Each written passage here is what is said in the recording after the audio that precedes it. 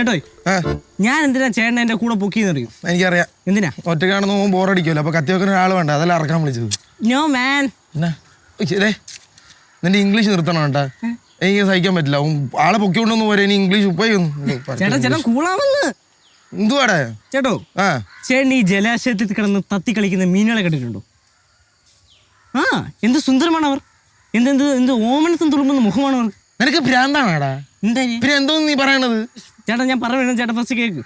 നമ്മളിപ്പോ കായം മേടിക്കാൻ പോകുന്ന കടയുണ്ടല്ലോ, ആ കടയുടെ തൊട്ടടുത്ത് ചൂണ്ട മേടിക്കുന്ന കടയുണ്ടല്ലോ. അപ്പൊ അവിടുന്ന് ഒരു ചൂണ്ടയൊക്കെ മേടിച്ചോണ്ട് വന്ന് ഒരു മീനെയൊക്കെ പിടിച്ചാ ഇങ്ങനുണ്ട്. ഇപ്പൊ നിന്റെ കയ്യിലുള്ള ചൂണ്ട നമ്മുടെ ഇവിടെ ഉണ്ടായിരുന്ന ചൂണ്ട അത് മീൻ കൊണ്ടുപോയി. ചേട്ടാ ഇന്ന് ഇവിടെ ആളും തിരക്കും ഒന്നുമില്ല, ശാന്തമാണ്. അപ്പൊ ചൂണ്ട മേടിച്ചു കഴിഞ്ഞാൽ ഒരു അരമണിക്കൂർ സ്പെൻഡ് ചെയ്താൽ മീനെ കിട്ടും. കിട്ടും. ഉറപ്പാണ്? ഷുവർ.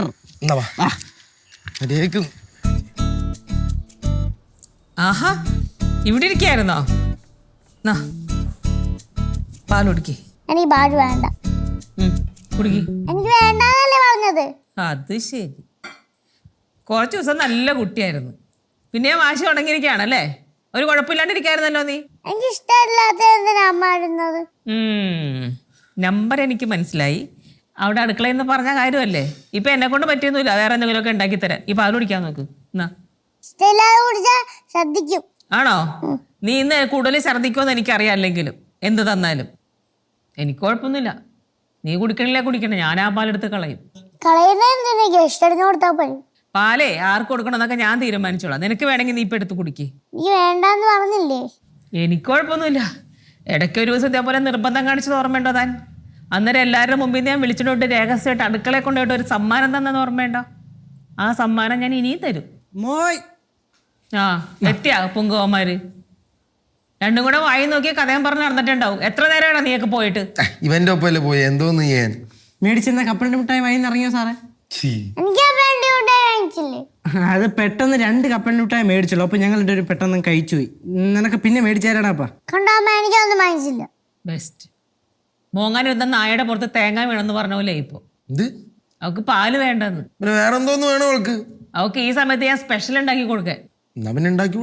ആ കൊള്ളാലോ, എനിക്ക് വേറെ ജോലി ഉണ്ട്, അന്ന് നീ ഉണ്ടാക്കി കൊടുക്ക്. പിന്നെ അവളെ വാങ്ങിക്കുകയും ചെയ്യും. ചേട്ടാ ചുമ്മാ കൊച്ചിനെ വരട്ടല്ലേ, കൊച്ചു ചേട്ടൻ പറഞ്ഞ കേക്ക്. കേക്കൂല. പാറുവിന് സ്പെഷ്യൽ ഇട്ടോളൂ, എല്ലാ ചാൻസും ഉണ്ടല്ലോ. അമ്മ ഞാൻ അച്ഛനെ വിളിച്ചിട്ട് പറയട്ടെ, ഇവിടെ കിടന്ന് വാശി കാണിക്കണത്. ബെസ്റ്റ്. എന്നിട്ട് വേണം കൊച്ചിന് എന്തെങ്കിലും ഉണ്ടാക്കി കൊടുക്കട്ടെ. കുട്ടമ്പലയുടെ മോളെ എന്നുള്ള വിളി ഞാൻ കേൾക്കാൻ. കൊച്ചെ പാലെടുത്ത് കുടിക്കൊച്ചേ. അച്ഛൻ ഞാൻ പറഞ്ഞു കൊടുക്കും. നീ എന്റെ അടുത്തുനിന്ന് വാങ്ങിക്കും പാറു, ഉറപ്പായിട്ട് വാങ്ങിക്കും. അമ്മ അവക്ക് എന്തെങ്കിലും കിഴിപിടിയ സാധനം ഉണ്ടാക്കി കൊടു. ഉണ്ടാക്കി കൊടുക്കും. അവന് കൊതി ഏതാണ് കിടന്ന് നിർബന്ധിക്കണം. എന്തോ ചേട്ടാ ചുമ്മാ പാറു ഈ പാല് കുടിക്കണ്ട. കുടിക്കുകയാണെങ്കിൽ ഞാൻ വൈകുന്നേരം എന്തെങ്കിലും ഉണ്ടാക്കി കൊടുക്കാന്ന് വിചാരിച്ചാടാ. പിന്നെ കുടിച്ചില്ലെങ്കിൽ ഇല്ലല്ലോ, കൊടുക്കണ്ട ആവശ്യം വേണ്ട വേണ്ട. പാല് കുടിച്ചു കഴിഞ്ഞാൽ അമ്മയുടെ സ്വഭാവം മാറും. എന്തോന്ന്? പിന്നെ ഐറ്റം ഒന്നും ഉണ്ടാക്കി തരും. ചിലപ്പോ ഉണ്ടാക്കി തരത്തില്ല. നോക്കിക്കോ, ഈ പാല് നീ കുടിച്ചിട്ടില്ലെങ്കിൽ ഇന്ന് രാത്രി കിടക്കുന്നുണ്ടെങ്കിൽ ഞാൻ ഈ പാലിനെ നിന്നെ കുടിപ്പിക്കും. എന്റെ അടുത്താണ് വാശി. പാറുവിന് നല്ല കിട്ടുമല്ലേ പാറു? ചേട്ടോ എന്റെ സാധനം പണിയായുധം എന്റെ റൂമിലോട്ട് വാ. ഞങ്ങള് ചേട്ടന്റെ റൂം വരെ പോണു. എന്തിനാ അറിയണേ?